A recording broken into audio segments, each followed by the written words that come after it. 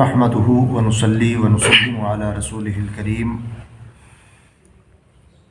اما بعد فاعوذ بالله من الشيطان الرجيم بسم الله الرحمن الرحيم ان الذين آمنوا والذين هادوا والنصارى والصابئين من آمن بالله واليوم الآخر وعمل صالحا فلهم أجرهم عند ربهم ولا خوف عليهم ولا هم يحزنون آمنت بالله صدق الله مولانا العظيم وبلغنا رسوله النبي الحبيب الأمين الكريم ونحن على ذلك لمن الشاهدين والشاكرين والحمد لله رب العالمين۔ درود شریف پڑھ لیجیے۔ اللہم صلی علی سیدنا محمد صلاۃ و سلام علیک یا رسول اللہ وسلم علیک یا حبیب اللہ۔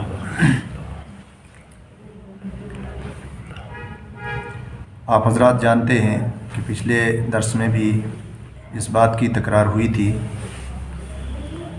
کہ سورہ البقرہ جو قرآن پاک کی دوسری صورت اور سب سے بڑی صورت ہے، اس کا نزول نبی کریم علیہ الصلاۃ والسلام کے مدینہ شریف جانے کے بعد سب سے پہلے ہوا، اور اس وقت آقائے دو جہاں سرور کونین محمد رسول اللہ صلی اللہ علیہ وسلم کو مدینہ کے یہودیوں کا سامنا تھا، اس لیے کثرت سے اس سورہ مبارکہ میں اس کے ابتداء میں کثرت سے یہودیوں کی حرکات و سکنات کا ذکر ہے۔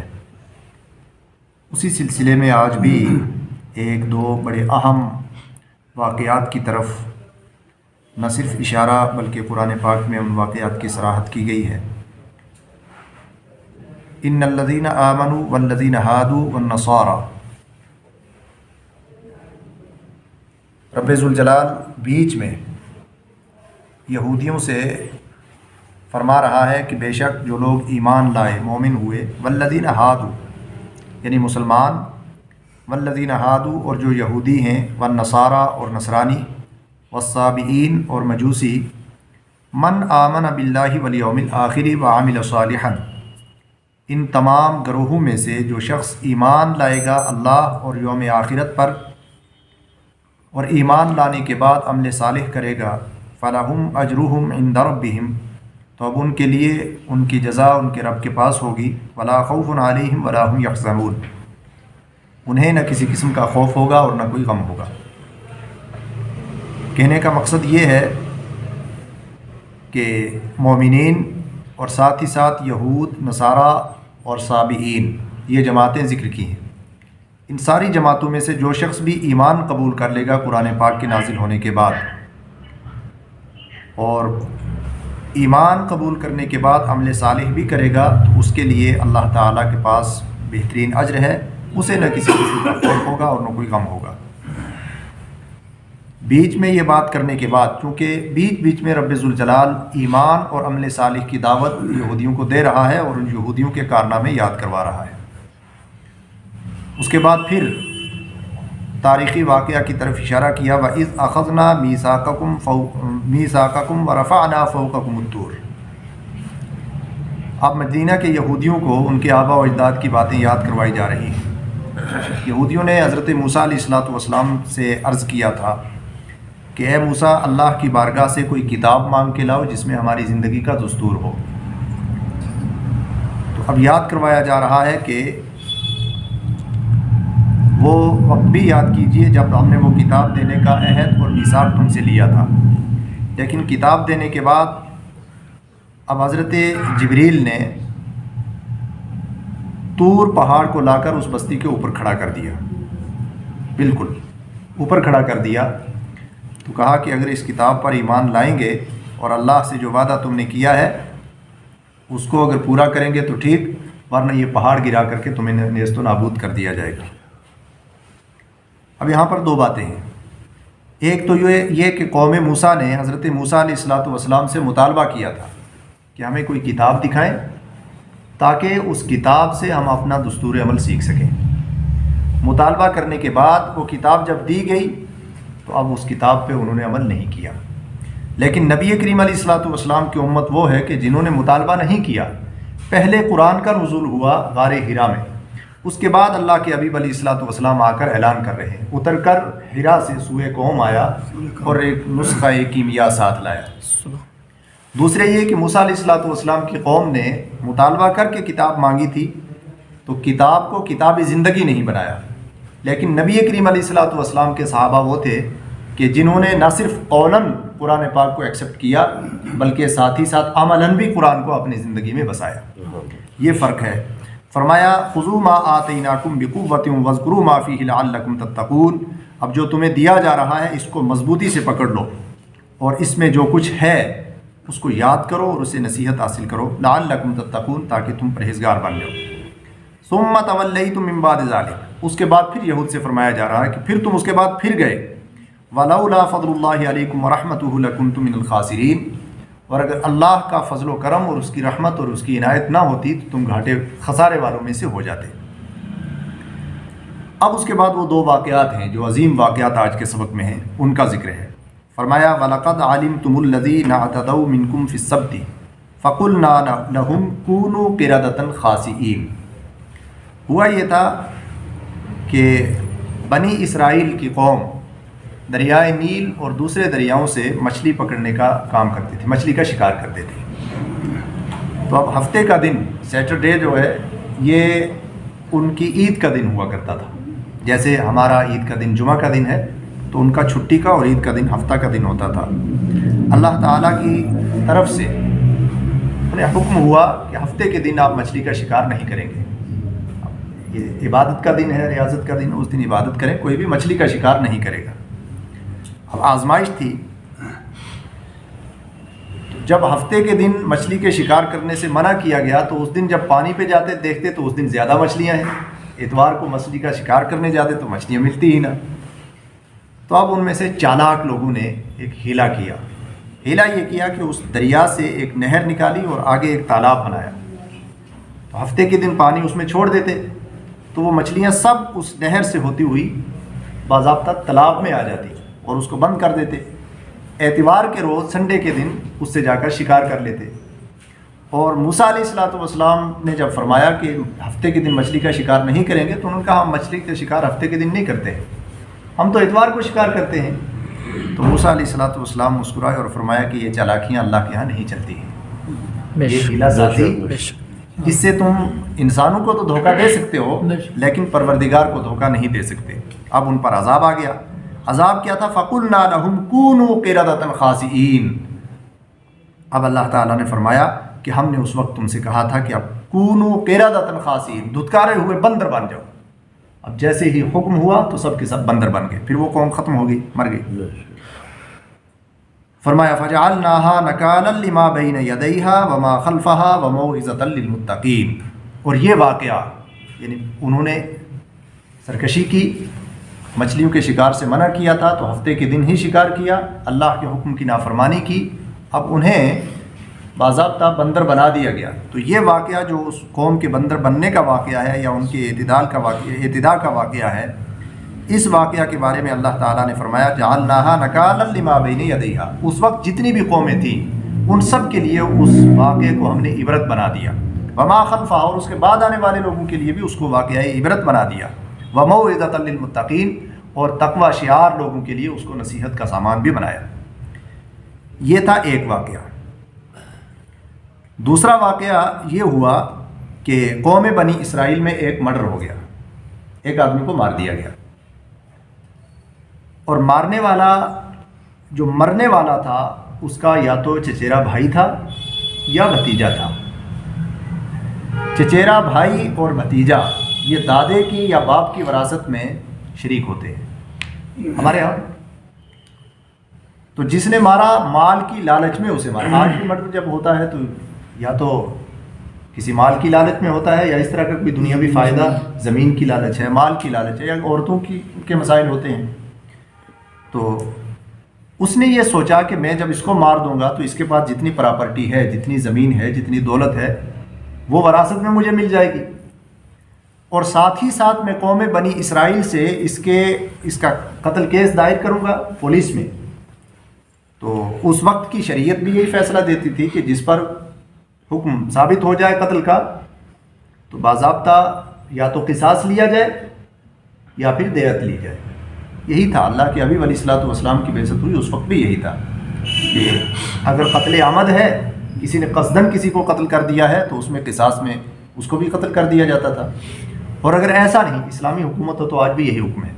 اور اگر قتل خطا ہے، خطأً کسی کو قتل کر دیا گیا ہے یا قاتل مکمل طور پر واضح نہیں ہو سکا تو ایسی صورت میں دیت ہوتا تھی، خون بہا، خون کا بدلہ پیسے مال دولت لی جاتی تھی.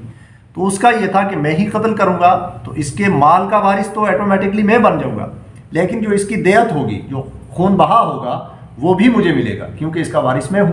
قوم بنی اسرائیل مل کر چاہے ڈونیٹ کر کے دے یا جس طرح دے تو وہ پیسہ بھی مجھے ملے گا. دو طرح سے میرے پاس دولت آ جائے گی.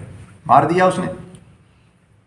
جب مار دیا تو اب انہوں نے، پولیس کے محکمہ نے خوب تفتیش کی، انویسٹیگیشن پہ پورا زور لگا دیا، لیکن اس کے باوجود بھی قاتل سامنے نہ آ سکا.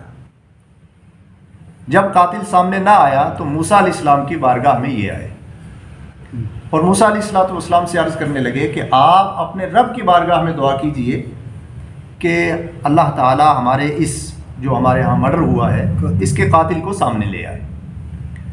بڑے بڑے فیصلے موسیٰ علیہ السلام کرتے تھے، من و سلوہ مانگ کے دیتے تھے، کہیں بادل کا سائبان مانگ کے دیتے تھے، کہیں پانی پتھروں سے نکال کے دیتے تھے. تو آج مرڈر کا کیس تھا. تو موسیٰ علیہ السلام نے بارگاہ خداوندی میں عرض کی تو اللہ تعالیٰ کی طرف سے حکم آیا. حکم کیا تھا؟ وَإِذْ قَالَ مُوسَىٰ لِقَوْمِهِ إِنَّ اللَّهَ يَأْمُرُكُمْ أَن تَذْبَحُوا بَقَرَةً. موسیٰ علیہ السلام نے فرمایا کہ اللہ تعالیٰ کا حکم یہ ہے کہ ایک گائے ذبح کریں آپ اور اس کے گوشت کا ایک ٹکڑا لیں اور لے جا کر کے اس مردے کے جسم کے ساتھ اس کو ٹچ کریں. جیسے ہی ٹچ کریں گے تو وہ بتا دے گا کہ میرا قاتل کون ہے. ٹھیک ہے. اب یہ حکمت اللہ تعالیٰ نے موسیٰ علیہ السلام کی طرف بذریعہ وحی یہ موسیٰ علیہ السلام کو بتائی تو وہی حکم ہے یہاں سے 3-4 آیتوں میں. اب ہوا کیا، اس واقعہ کا پس منظر کیا ہے وہ میں بعد میں بیان کرتا ہوں. وَإِذْ قَالَ مُوسَىٰ، اور جب موسیٰ علیہ السلام نے اپنی قوم سے فرمایا کہ إِنَّ اللَّهَ يَأْمُرُكُمْ أَن تَذْبَحُوا بَقَرَةً، اللہ تعالیٰ تمہیں ایک گائے کے ذبح کرنے کا حکم دیتا ہے. قَالُوا أَتَتَّخِذُنَا هُزُوًا، اب یہ عجیب سی بات تھی کہ مرڈر کیس حل کرنے کے لیے گائے ذبح کرنے کا حکم ہے. تو کہنے لگے أَتَتَّخِذُنَا هُزُوًا، اے موسیٰ آپ ہم سے مذاق کر رہے ہیں. تو موسیٰ علیہ السلام نے فرمایا قال اعوذ باللہ ان اکون من الجاہلین، میں اللہ کی پناہ مانگتا ہوں کہ میں جاہل قوم میں سے ہو جاؤں. یعنی یہ کسی کا مذاق اڑانا یا کسی کے ساتھ مذاق کرنا یہ جاہلوں کا کام ہے اور میں جاہل نہیں ہوں، میں اللہ کا نبی ہوں، مجھے علم کی دولت سے اللہ تعالیٰ نے مالا مال فرمایا ہے. اب جب موسیٰ علیہ السلام نے یہ فرمایا تو کہنے لگے قالوا ادع لنا ربک یبین لنا ما ہی. اب کہتے ہیں اے موسیٰ خدا کی بارگاہ میں دعا کیجئے کہ اللہ تعالیٰ بیان کر دے، کھل کر واضح بیان کر دے ما ہی، کہ وہ گائے کیسی ہونی چاہیے. قال انہ یقول انہا بقرۃ لا فارض ولا بکر، یہ اب انہوں نے کہا کہ گائے کس طرح کی ہونی چاہیے جسے ہم ذبح کریں. تو موسیٰ علیہ السلام نے جواب دیا، قرآن بیان فرما رہا ہے انہ یقول، کہ رب فرماتا ہے انہا بقرۃ لا فارض ولا بکر، کہ وہ گائے نہ تو بہت زیادہ بوڑھی ہونی چاہیے اور نہ بالکل چھوٹی بچیاں ہونی چاہیے، بیچ کی، درمیان کی، نوجوان. عوان بین ذالک، ان دونوں کے بیچ میں ہونی چاہیے. ففعلوا ما تؤمرون، اب تم ایسی گائے ڈھونڈ کر کے ذبح کر دو. اب پھر وہ سوال کرتے ہیں قالوا ادع لنا ربک یبین لنا ما لونها، دوسرا سوال کرتے ہیں کہ اے موسیٰ بارگاہ خداوندی میں دعا کیجئے کہ اس کا رنگ کیا ہے یہ ہمیں بتا دیا جائے. اللہ تعالیٰ ہمیں بتائے کہ اس کا کلر کیا ہونا چاہیے. جس گائے کو ہم ذبح کر رہے ہیں عمر تو آپ نے بتا دی کہ نوجوان ہونی چاہیے، لیکن اس کا کلر کیا ہوگا. قال انہ یقول انہا بقرۃ صفراء، اللہ تعالیٰ فرما رہا ہے کہ وہ پیلے کلر کی، یلو کلر کی گائے ہونی چاہیے. فاقع لونها تسر الناظرین، اب تھوڑا سا مٹیالے کلر کا اس کا رنگ ہونا چاہیے. تسر الناظرین، جو دیکھنے والوں کو بھاتی ہو، بہت اچھی لگتی ہو، ایسی ہونی چاہیے. اب یہ سوال ہو گئے. پھر وہ کہتے ہیں قالوا ادع لنا ربک یبین لنا ما ہی ان البقرۃ تشابہ علینا، اے موسیٰ پھر خدا کی بارگاہ میں دعا کیجئے کہ وہ گائے کے بارے میں بالکل واضح بیان صادر فرما دے. ان البقرۃ تشابہ علینا، اب مشتبہ ہو چکی ہے، ہمیں سمجھ میں ہی نہیں آ رہا ہے کہ کیسی گائے ہم ذبح کریں. وَإِنَّا إِن شَاءَ اللَّهُ لَمُهْتَدُونَ. اب کہتے ہیں تین سوالات کرنے کے بعد اِنَّا إِن شَاءَ اللَّهُ لَمُهْتَدُونَ، انشاءاللہ اب ہم گائے تک پہنچ جائیں گے جب آپ بتائیں گے کون سی گائے. قال إِنَّهُ يَقُولُ إِنَّهَا بَقَرَةٌ لَا ذَلُولٌ تُثِيرُ الْأَرْضَ وَلَا تَسْقِي الْحَرْثَ. موسیٰ علیہ السلام کہتے ہیں کہ اللہ تعالیٰ فرما رہا ہے کہ وہ گائے ایسی ہونی چاہیے ذَلُولٌ تُثِيرُ الْأَرْضَ، پاک صاف گائے ہونی چاہیے. لا تسقی الحرث، لا ذلول تثیر الارض ولا تسقی الحرث، نہ تو اس نے زمین جوتنے کا کام کیا ہو، ہل چلانے کا، ولا تسقی الحرث، اور نہ پانی ڈھونے کا یا زمین کو سیراب کرنے کا کام کیا ہو. پانی ڈھونا دو طرح سے ہوتا تھا، ایک تو بیل پر لاد کر لاتے تھے، جیسے گھوڑے پر لاد کر بہت ساری جگہ میں لاتے تھے، اور دوسرے یہ کہ جیسے ٹیوب ویل ہوتا ہے تو یہ آج مشین کے ذریعے چلایا جاتا ہے، تو اس وقت بیل یا گائے کو باندھ دیا جاتا تھا، وہ تیز گھومتا تو اس سے پانی نکلتا تھا. دونوں مطلب ہو سکتے ہیں.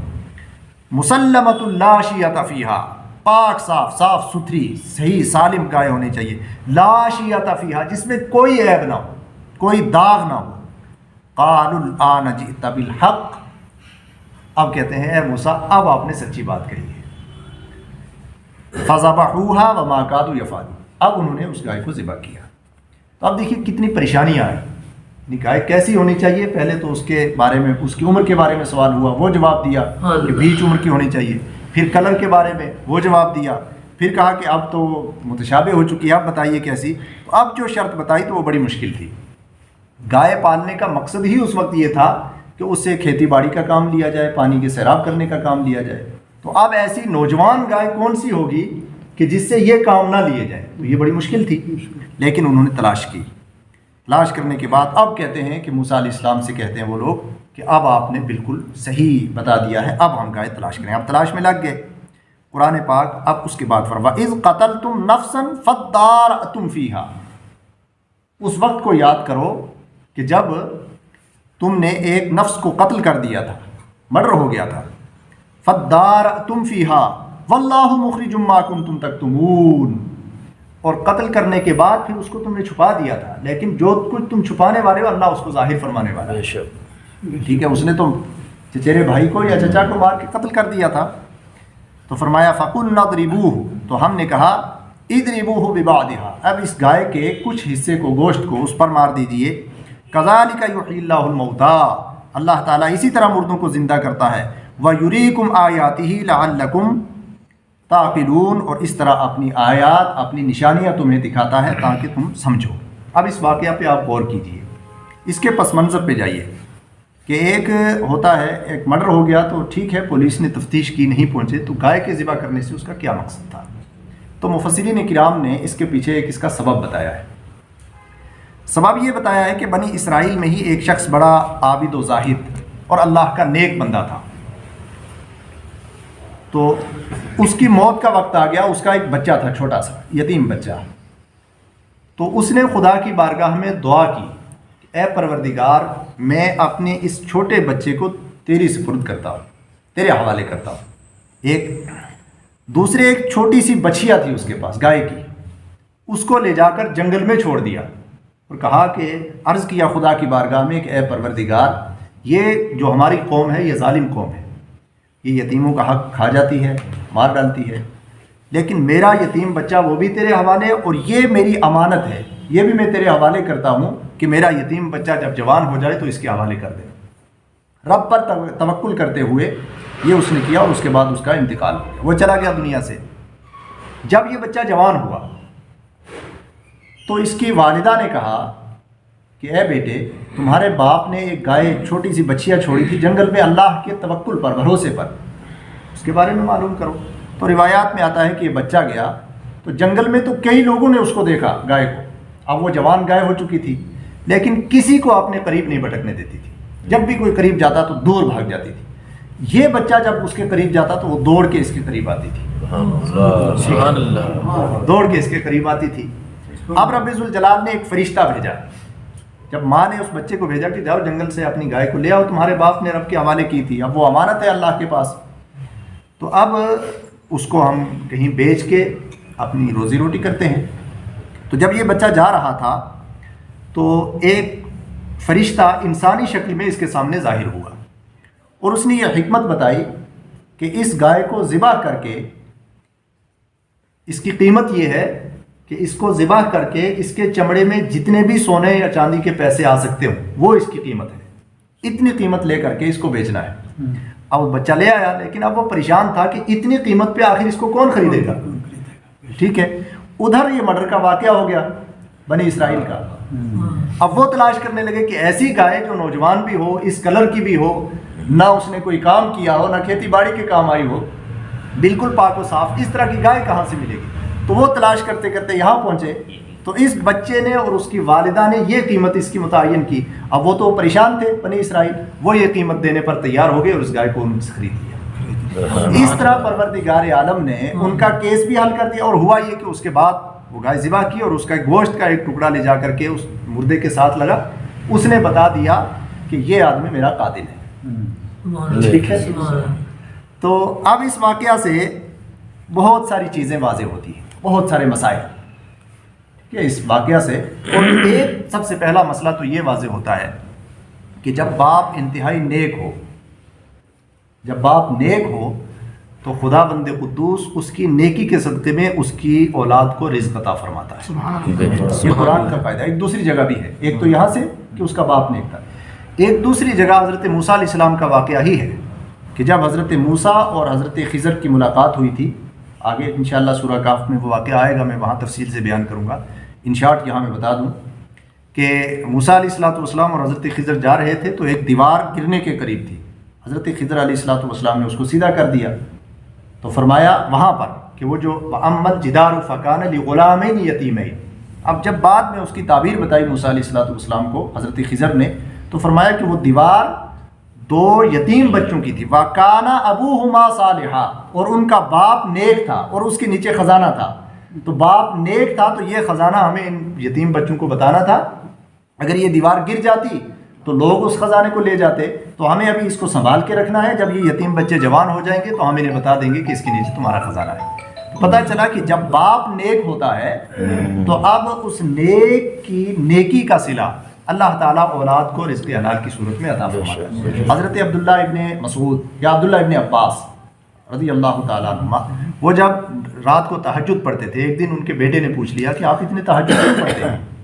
تو فرمایا کہ میں تہجد جو پڑھتا ہوں کان لک، یہ تیرے لیے ہے، میں تیرے لیے پڑھتا ہوں، اللہ کی بارگاہ میں جتنی بھی دعائیں کرتا ہوں، التجائیں کرتا ہوں، عبادت کرتا ہوں، وہ سب تیرے لیے کرتا ہوں۔ اور یہی وکان ابوہما صالحا کا حضرت عبداللہ ابن عباس نے حوالہ دیا کہ قرآن سے ثابت کیا کہ جب باپ نیک ہوتا ہے تو پروردگار عالم اس کی نیکی کے صدقے میں اس کی اولاد کو رزق حلال عطا فرماتا ہے۔ تو ایک تو یہ مسئلہ واضح ہوا، دوسرے یہ مسئلہ واضح ہوا کہ ان لوگوں نے اللہ کے نبی حضرت موسیٰ علیہ السلام سے کہا تھا کہ اتتخذنا حضوا، آپ ہم سے مذاق کرتے ہیں، تو موسیٰ علیہ السلام نے فرمایا کہ نہیں، قال اعوذ باللہ ان اکون من الجاہلین، نہیں، مذاق کرنا جاہلوں کا کام ہے، میں مذاق میں، ایک تو اللہ کا نبی مذاق نہیں کرتا، اور دوسرے مذاق کرنا یہ جہالت کا کام ہے۔ تیسرا یہ مسئلہ واضح ہوتا ہے کہ امور شرعیہ میں، شرعی مسائل میں بلا وجہ ٹانگ نہیں اڑانی چاہیے، جو اللہ کا حکم ہو اسے مان لینا چاہیے، جب بھی انسان ٹانگ اڑاتا ہے تو وہ پھنستا ہے۔ اور چوتھے یہ کہ اللہ کے نبی کی بارگاہ میں کبھی بے ادبی نہیں کرنی چاہیے، انہوں نے بے ادبی کہا، آپ ہم سے مذاق کر رہے ہیں، بے ادبی کا جملہ تھا، پھر اس پر سوال پہ سوال کرتے گئے، تو جتنا انسان سوال کرتا ہے اتنا ہی زیادہ پھنستا ہے۔ سوال دو طرح کے ہوتے ہیں، ایک سوال وہ ہوتا ہے کہ جس کے بارے میں قرآن پاک میں فرمایا فَاسْأَلُوا أَهْلَ الذِّكْرِ إِن كُنتُمْ لَا تَعْلَمُونَ، اگر تمہیں کسی مسئلے کے بارے میں معلومات نہیں ہے تو وہ آپ معلوم کیجئے۔ لیکن کچھ لوگ بلا وجہ سوال کرتے ہیں، نہ وہاں پر آپ کے شرعی کوئی حق ہے نہ دنیاوی کوئی حق ہے، ایسے ہی مثلا کچھ لوگ سوال کرتے ہیں موسیٰ علیہ السلام کی والدہ کا کیا نام تھا، ٹھیک ہے، فلاں کا کیا نام تھا، تو یہ چیزیں لایانی ہیں، اس طرح سوال کرنے سے انسان پھنستا ہے بلا وجہ۔ اب سیدھی بات تھی، جب کہا کہ گائے ذبح کرو تو حدیث پاک میں آتا ہے کہ کسی بھی طرح کی اگر گائے ذبح کر دیتے تو ان کی منت پوری ہو جاتی، لیکن انہوں نے سوال پہ سوال کیا تو وہ مشکل ہوتا گیا۔ لا تسألوا عن اشیاء ان تبد لکم تسؤکم، قرآن کہتا ہے کہ اشیاء کے بارے میں زیادہ سوالات نہیں کرنا چاہیے، اگر ظاہر ہو جائے تو وہ کبھی کبھار پریشانی کا باعث بن جاتی ہے۔ اور چوتھے یہ کہ جو شخص اپنی اولاد کو اور اپنے مال کو اللہ کے سپرد کرتا ہے تو اللہ تعالیٰ خود محافظ اور نگہبان بن جاتا ہے۔ بے شک اب اللہ کے توکل پر چھوڑا تھا۔ اسی طرح جو چیز خداوند قدوس کے پاس امانت رکھی جائے وہ بھی پروردگار عالم عطا فرماتا ہے۔ اور دوسری یہ کہ ماں باپ کی فرما برداری، یہ بھی اللہ تعالیٰ کو بہت بڑی پسند ہے۔ تو یہ چند مسائل اس سے ظاہر ہوتے ہیں۔ اب قوم بنی اسرائیل کے اس کے بعد فرمایا گیا ثم قست قلوبکم من بعد ذلک فہی کالحجارہ، اے بنی اسرائیل تمہارے دل اس واقعے کے بعد پھر سخت ہو گئے اور پتھر کی طرح سخت ہو گئے۔ او اشد قسوہ، پتھر کی طرح بلکہ پتھر سے بھی زیادہ سخت ہو گئے۔ اب پتھر کی کچھ وصف بیان کیے ہیں۔ وَإِنَّ مِنَ الْحِجَارَةِ لَمَا يَتَفَجَّرُ مِنْهُ الْأَنْهَارُ، قرآن فرما رہا ہے کہ پتھر باز تو وہ ہیں یتفجر منہ الانہار، جن میں سے نہریں جاری ہو جاتی ہیں، پانی، اور تمہارے دل تو اس سے بھی سخت ہیں کہ کبھی بھی دل نرم ہو کر کے تمہاری آنکھ سے ایک قطرہ بھی نہیں نکلتا ہے، اتنے سخت ہو چکے تھے تمہارے دل۔ وَإِنَّ مِنْهَا لَمَا يَشَّقَّقُ فَيَخْرُجُ مِنْهُ الْمَاءُ، اور بہت سارے پتھر وہ ہیں پہاڑ جب پھٹ جاتے ہیں تو ان میں سے پانی نکل آتا ہے۔ وَإِنَّ مِنْهَا لَمَا يَهْبِطُ مِنْ خَشْيَةِ اللَّهِ، اور بہت سارے پتھر تو وہ ہیں کہ جو اللہ کی خشیت اور خوف کی بنیاد پر لڑک آتے ہیں، گر جاتے ہیں، اور تمہارے اندر وہ دم بھی نہیں ہے، تم اس سے بھی سخت ہو گئے۔ وَمَا اللَّهُ بِغَافِلٍ عَمَّا تَعْمَلُونَ، اور جو کچھ تم کرتے ہو اللہ تعالیٰ اس سے غافل نہیں ہے۔ اس کے بعد پھر یہود مدینہ سے کچھ گفتگو کی ہے قرآن پاک کی زبان میں خداوند قدوس نے۔ اللہ تعالیٰ ہمیں بولنے سے زیادہ عمل کرنا۔ آمین۔